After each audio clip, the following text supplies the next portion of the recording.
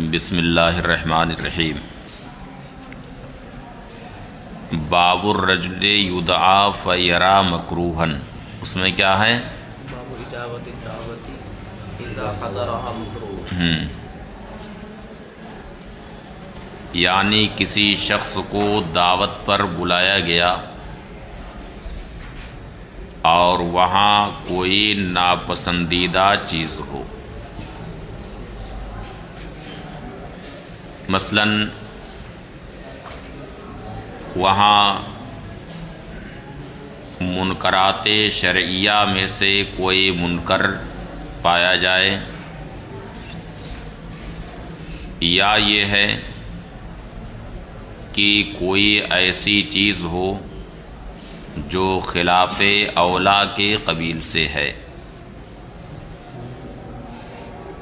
تو ظاہر ہے کہ اگر کوئی وہ دینی مقتدا ہے، معظم دینی ہے، وہ اس محفل میں جائے گا تو لوگ اسے دلیل بنائیں گے اور یہ کہیں گے کہ اگر یہ چیز غلط ہوتی تو فلاں حضرت تشریف لائے تھے، وہ منع کر دیتے یا آتے ہی نہیں، تو اگر وہ دینی مقتدا ہے تو ایسی محفل میں ہرگز نہ جائے۔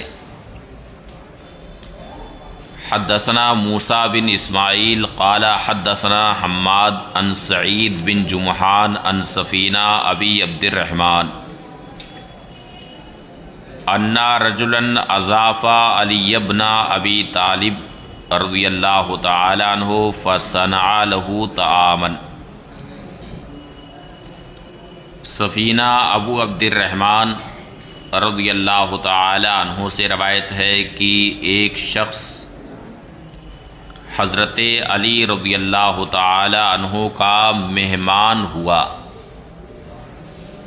اضافہ باب فعال سے ہے جس کی خاصیت کئی ایک ہیں، جن میں سے ایک طلب سیرورت بھی۔ اضافہ اے سارا ضعیفن، ایک شخص حضرت علی رضی اللہ تعالی عنہ کا مہمان ہوا، فصنع له طعاما،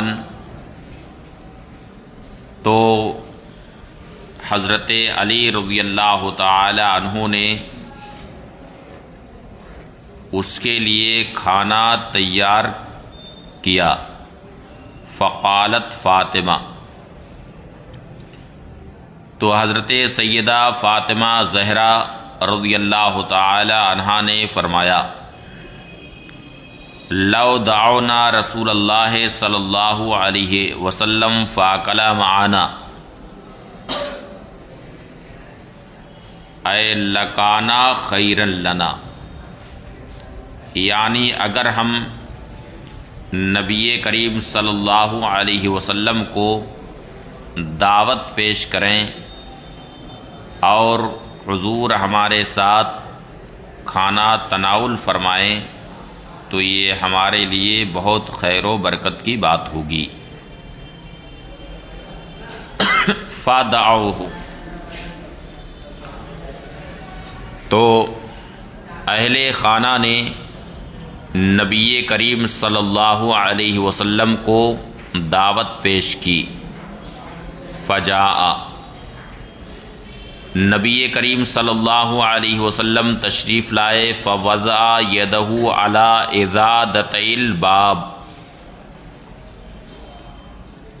تو نبی کریم صلی اللہ علیہ وسلم نے اپنا دست اقدس دروازے کے دونوں بازو پر رکھا۔ چنانچہ آنے والے آتے ہیں تو دروازے کے دونوں جو بازو ہوتے ہیں تو بازو پر ہاتھ رکھ کر کے گھر میں داخل ہوتے، تو نبی کریم صلی اللہ علیہ وسلم نے اپنا دست اقدس دروازے کے دونوں بازو پر رکھا۔ فرأى القرام قد ضرب به في ناحية البيت۔ قرام یہ ایک قسم کا پردہ ہے جس میں نقش و نگار بنے ہوئے تھے۔ فرأى القرام، تو نبی کریم صلی اللہ علیہ وسلم نے نقش و نگار والا ایک پردہ دیکھا جو گھر کے کنارے لگا ہوا تھا۔ اس پردے میں نقش و نگار بنے ہوئے تھے اور وہ گھر میں کسی کنارے پردہ وہ لگا ہوا تھا۔ فرجع، تو نبی کریم صلی اللہ علیہ وسلم لوٹ گئے۔ فقالت فاطمہ لعلی الحقہ، تو حضرت سیدہ فاطمہ زہرا رضی اللہ تعالی عنہا نے حضرت علی رضی اللہ تعالی عنہ سے فرمایا، الحقہ یعنی حضور سے ملیے، فانظر ما ارجعہ، اور یہ دیکھیے کہ کس وجہ سے حضور واپس چلے گئے، یہ دیکھیے کہ کس وجہ سے حضور واپس تشریف لے گئے۔ حضرت علی فرماتے ہیں فَتَبِعْتُهُ، تو میں حضور اقدس صلی اللہ علیہ وسلم کے پیچھے چلا۔ فَقُلْتُ، میں نے عرض کیا، یا رسول اللہ، ما ردک، یا رسول اللہ کس وجہ سے حضور واپس لوٹ گئے، کس وجہ سے حضور واپس لوٹ گئے، واپس لوٹ آئے۔ فقال، ارشاد فرمایا، انہ لیس لی، یا یہ فرمایا لیس لنبی ان يدخل بیتا مزوقا، یعنی میرے لیے، یا یہ فرمایا کہ کسی نبی کے شایان شان نہیں، فرمایا کہ میرے یا کسی نبی کے شایان شان نہیں کہ ایسے گھر میں داخل ہوں جس گھر میں نقش و نگار بنایا گیا ہو، جس گھر کو نقش و نگار سے سجایا گیا ہو، ایسے گھر میں داخل ہونا کسی نبی کے شایان شان نہیں۔ اب یہاں پر بہرحال اس حدیث شریف سے یہ معلوم ہوا کہ کسی دعوت میں پہنچنے کے بعد اگر وہاں منکرات شرعیہ میں سے کوئی منکر پایا جاتا ہے تو سب سے پہلا فریضہ یہ عائد ہوتا ہے کہ فوراً امر بالمعروف اور نہی عن المنکر کرے۔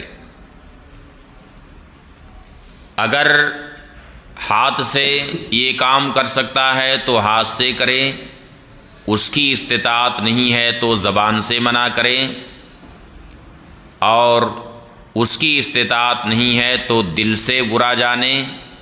وَذَلِكَ أَضْعَفُ الْإِيمَانِ مَنْ رَأَى مِنْكُمْ مُنْكَرًا فَلْيُغَيِّرْهُ بِيَدِهِ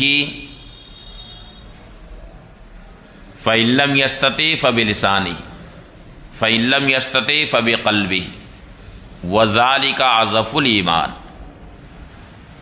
یعنی تم میں کوئی اگر خلاف شرع کوئی چیز دیکھے تو ہاتھ سے اسے روکے، اور اس کی استطاعت نہیں ہے تو زبان سے روکے، اور اس کی استطاعت نہیں ہے تو دل سے برا جانے، اور یہ ایمان کا سب سے کمزور درجہ۔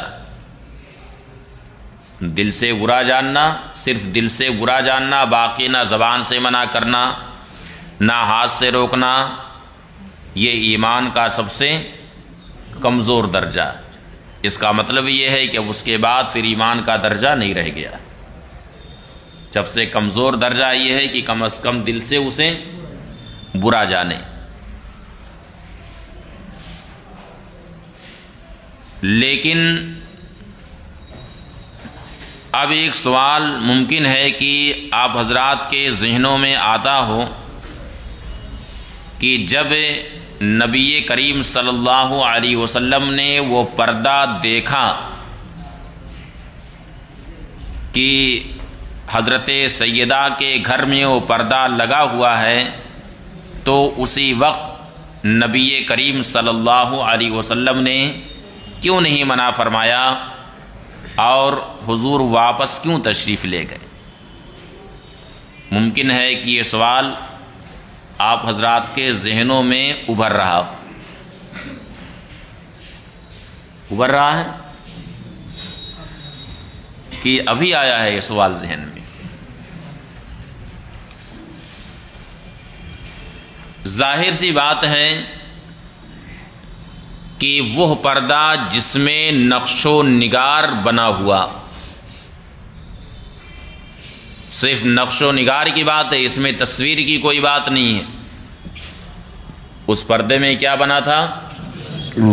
نقش و نگار، مثلا پہاڑوں کی تصویر یا کوئی بھی نقش و نگار اس میں بنا تھا۔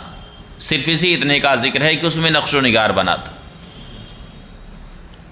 تو فی نفس ہی ایسا پردہ گھر کے اندر، گھر کی دیواروں پر لگانا، فی نفس ہی یہ امر کیا ہے؟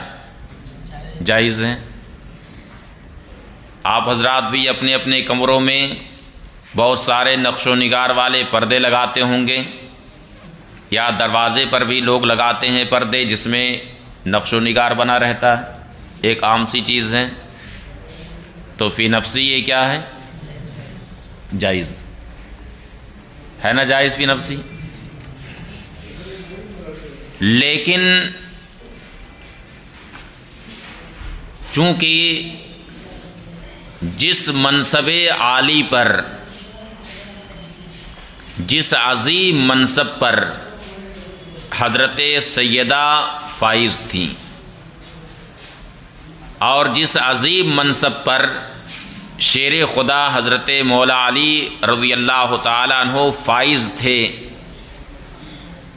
تو ان کے منصب عالی کے یہ شایان شان نہ تھا کہ ان کے کاشانوں میں ایسے پردے لگے رہیں جو پردے یہ امراء اور سلاطین اپنے گھروں میں لگایا کرتے ہیں، یہ ان کے شایان شان نہ تھا۔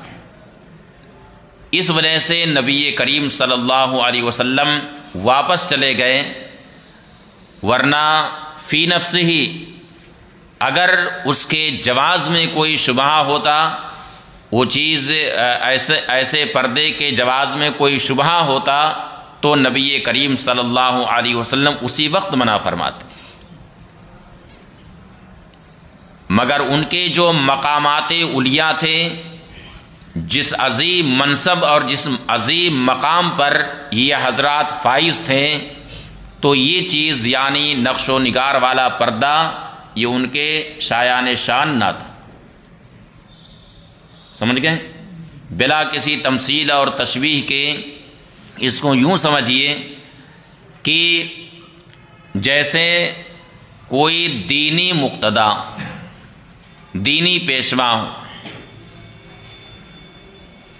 جو جن کا صالحین میں سے ہونا اور ان کا دینی پیشوا ہونا، معظم دینی ہونا لوگوں کے نزدیک مسلم۔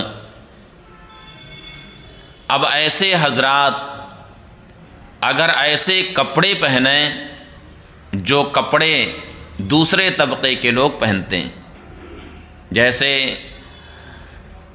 اب اس کو ہم کیا ذکر کریں، اس کو تو آپ لوگ سمجھ سکتے ہیں، ایسے کپڑے پہنے جو ان کے شایان شان نہیں، تو اگرچہ وہ کپڑا پہننا فی نفس ہی جائز ہے، لیکن دیکھنے والا یہ کہے گا کہ حضرت اگرچہ اس کپڑے کے جواز میں کوئی کلام نہیں ہے، اس کے جائز ہونے میں کلام نہیں ہے، لیکن یہ کپڑا آپ کو زیب نہیں دیتا۔ کیا خیال ہے؟ کہتے ہیں کہ نہیں کہتے؟ کہیں گے نا؟ یعنی آپ کو اللہ نے جو وجاہت عطا کی ہے، اللہ نے جو آپ کو مقام بخشا ہے، آپ کا درجہ جس طرح سے بلند فرمایا ہے، تو آپ کے مقام عالی کے پیش نظر یہ کپڑا پہننا آپ کے شایان شان نہیں۔ سمجھ گئے؟ بہت ساری اس کی مثالیں ہیں کہ جیسے چائے خانے پر بیٹھ کر کے چائے پینا یہ فی نفس ہی جائز، لیکن اب کوئی بہت بڑے عالم چائے خانے پر بیٹھ کر کے چائے پئیں اور لوگوں کے درمیان وہاں جا کر کے، بازاری لوگوں کے درمیان جا کر کے بیٹھیں، تو لوگ یہی کہیں گے کہ حضرت اگرچہ یہ چیز جائز ہے کہ آپ یہاں بیٹھ کر کے چائے پی لیتے ہیں، لیکن آپ کے شایان شان نہیں ہے کہ یہاں بیٹھ کر کے آپ چائے پئیں۔ سمجھ بات آ رہی ہے؟ تو وہ پردہ نقش و نگار والا تھا جس میں نقش بنے ہوئے تھے، اور حضرت سیدہ اور حضرت مولائے کائنات کا جو بلند مقام انہیں حاصل تھا، تو ان کے شایان شان نہیں تھا کہ اس طرح کے پردے وہ اپنے گھروں میں لگائیں، اپنے کاشانوں میں لگائیں۔ یہی وجہ ہے کہ نبی کریم صلی اللہ علیہ وسلم واپس تشریف لے گئے، اور پھر اس کے بعد جب سیدنا علی مرتضیٰ رضی اللہ تعالی عنہ نے بارگاہ رسالت میں عرض کیا تو حضور نے وجہ بیان فرمائی۔ سمجھ گئے؟ بابن اذا اجتمع داعیان ایہما احق، یہ باب اس بیان میں ہے کہ جب دو داعی اکٹھا ہو جائیں تو دعوت قبول کرنے کا زیادہ حقدار ان میں کون ہے؟ اب ظاہر ہے کہ اگر دونوں نے آگے پیچھے دعوت دی ہے تو آپ نے پہلے کی دعوت قبول کر لی، تو جب ایک جگہ آپ نے دعوت قبول کر لی ہے تو اب دوسرے کے سامنے معذرت کر دیں۔ اور اگر دونوں داعی ایک ساتھ جمع ہو گئے تو اس صورت میں اگر دونوں کی وہ دلجوئی کر سکتا تو دلجوئی کر دے، اور دونوں سے کہے کہ ٹھیک ہے آپ کے وہاں بھی آ جائیں گے، آپ کے وہاں بھی آ جائیں گے، کہ اس میں ایک مسلمان کی دلجوئی۔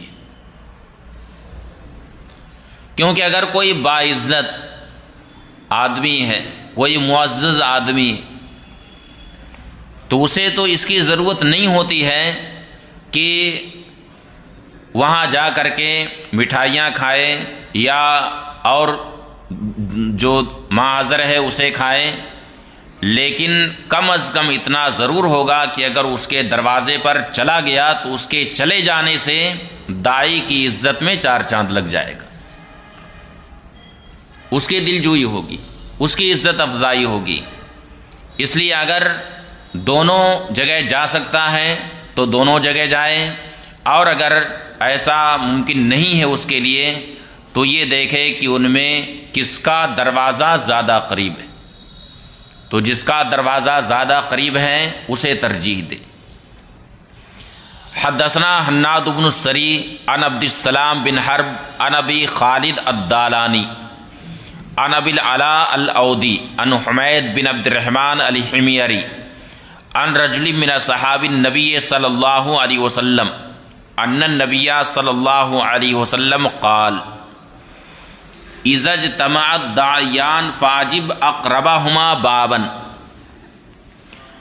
حمید بن عبد الرحمن حمیری، حضرات صحابہ کرام رضوان اللہ تعالی علیہم اجمعین میں ایک شخص سے روایت کرتے ہیں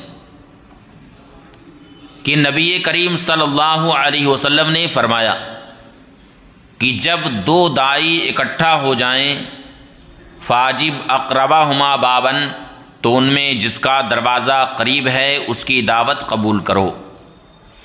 فإن اقربہما بابن اقربہما جیوارن، اس لیے کہ ان میں جس کا دروازہ قریب ہوگا وہ پڑوس کے اعتبار سے بھی زیادہ قریبی ہوگا، اور بہرحال پڑوسی کے حقوق بہت زیادہ ہیں۔ حدیث شریف میں آیا کہ ما زال جبریل یوصینی بالجار حتی ظننت انہ سیورث، یعنی جبریل امین مجھے برابر پڑوسی کے حقوق کی تاکید کرتے رہے، پڑوسی کے حقوق کی محافظت کرنے کی تاکید کرتے رہے، یہاں تک کہ مجھے گمان ہوا کہ پڑوسی کو وارث بنا دیں گے۔ تو جس کا دروازہ زیادہ قریب ہوگا وہ زیادہ قریبی پڑوسی بھی ہوگا۔ وَإِن سَبَقَ أَحَدُهُمَا، اور اگر ان میں ایک نے سبقت کی ہو، پہلے دعوت دی ہے، فاجب الذی سبقا، تو جس نے پہلے دعوت دی ہے اس کی دعوت کو قبول کرو۔ یہ نہ سوچیں کہ جس نے پہلے دعوت دی ہے اس کی دعوت تھوڑی کمزور ہے اور اس کے بعد تندرست دعوتیں آ گئیں تو پہلی والی دعوت کو منع کر دے اور اس کے بعد والی دعوتیں قبول کر لے، یہ سوچ کر کے کہ یہ دوسری والی دعوت بہت تندرست ہے اسے قبول کر لے۔ ایسا ہرگز نہ کرے، بلکہ جس نے پہلے دعوت دی ہے اس کی دعوت کو قبول کرے اور اسی پر باقی رہے، اسی پر قائم رہے۔ صوفی صاحب نے ہم کو دعوت دی اپنے وہاں کے لیے 11 ربیع الاول شریف والی تاریخ کے لیے۔ پھر صوفی صاحب کی تاریخ کے بعد بڑی بڑی جگہوں سے ہمارے پاس میرا خیال ہے 4 یا 5 دعوتیں آئیں۔ کتنی دعوتیں آئی تھیں صوفی صاحب؟ میں نے سب بتایا تھا آپ سے۔ بڑی بڑی جگہوں سے دعوت آئی، لیکن میں نے صوفی صاحب سے کہا کہ آپ کی دعوت قبول کر لیا ہے، اس لیے آپ اگرچہ دیہات میں مجھ کو بلائے ہیں، ایک گاؤں میں بلائے ہیں، چھوٹے سے گاؤں میں، لیکن آپ ہی کے وہاں چلوں گا۔ تو جس نے پہلے دعوت دی ہے اس کو قبول کر لیا ہے تو اسی پر باقی رہے، یہ نہ سوچے کہ اب اسے چھوڑ کر کے دوسری جگہ چلا جائے۔ باب اذا حضرت الصلاۃ والعشاء، یہ باب اس بیان میں ہے کہ جب نماز کا وقت آ جائے اور شام کا کھانا بھی تیار ہو تو اس وقت کیا کرے۔ شام کا کھانا اگر تیار ہے اور دل کھانے سے لگا ہوا ہے کہ اگر نماز کی طرف جائے گا تو خشوع و خضوع اس کا برقرار نہیں رہے گا، تو ایسی صورت میں کھانا کھا لے پھر نماز کے لیے جائے۔ اس کی مثال یہ ہے کہ اگر کسی کو شدید حاجت ہے، پیشاب پاخانے کی شدید حاجت ہے، اب اس حالت میں اگر نماز پڑھے گا تو خشوع و خضوع اس کا باقی نہیں رہے گا، تو اس کے لیے حکم ہے کہ اپنی حاجت پہلے پوری کر لے پھر اس کے بعد نماز کے لیے جائے۔ تو اگر آدمی اس طرح سے بھوکا ہے کہ اس کا دل کھانے ہی میں لگا ہوا ہے کہ نماز میں خشوع و خضوع بالکل ہی باقی نہ رہے، تو ایسی صورت میں کھانا کھا لے پھر اس کے بعد نماز کے لیے جائے۔ لیکن اگر اس طرح کی اشتہا اسے نہیں ہے تو ایسی صورت میں نماز کو مقدم رکھے، نماز پڑھ لے پھر اس کے بعد کھانا کھائے۔ حدثنا احمد بن حنبل و مسدد المعنى قال احمد حدثني يحيى عن عبيد الله قال حدثني نافع عن ابن عمر عن النبي صلی اللہ علیہ وسلم قال اذا وضي عشاء احدكم واقيمت الصلاة فلا يقوم حتى يفرغ۔ اس حدیث میں امام ابو داؤد کے 2 شیخ ہیں، ایک امام احمد بن حنبل، دوسرے مسدد، الفاظ دونوں کے الگ الگ ہیں مگر معنی دونوں کا ایک ہے۔ نافع حضرت عبداللہ ابن عمر رضی اللہ تعالی عنہما سے روایت کرتے ہیں، انہوں نے فرمایا کہ نبی کریم صلی اللہ علیہ وسلم نے فرمایا کہ جب تم میں کسی کا رات کا کھانا رکھ دیا جائے اور نماز کی اقامت ہو جائے فلا یقوم حتی یفرغ، تو نماز کے لیے نہ جائے یہاں تک کہ کھانے سے فارغ ہو جائے۔ زادہ مسدد، یہ الفاظ امام احمد بن حنبل کے، مسدد نے اتنا اور اضافہ کیا، وَكَانَ عَبْدُ اللَّهِ اِذَا وُضِيَ عَشَاؤُهُ او حضر عشاؤه لم يقم حتى يفرغ۔ حضرت عبداللہ ابن عمر رضی اللہ تعالی عنہما کا جب کھانا رکھ دیا جاتا، شام کا کھانا رکھ دیا جاتا، یہ راوی سے شک ہے کہ وضیع عشاؤہ کہا یا حضر عشاؤہ کہا، یعنی شام کا کھانا حاضر ہوتا، تو آپ نماز کے لیے اس وقت تک نہیں اٹھتے یہاں تک کہ کھانے سے فارغ ہو جاتے۔ یہ حدیث شریف ان لوگوں پر حجت ہے جو یہ کہتے ہیں کہ صرف اتنا ہی کھانا کھائے کہ اس کی توجہ کھانے سے ہٹ جائے، یعنی محض ایک دو لقمہ کھا کر کے نماز کے لیے چلا جائے۔ یہ حدیث شریف ان کے اوپر حجت،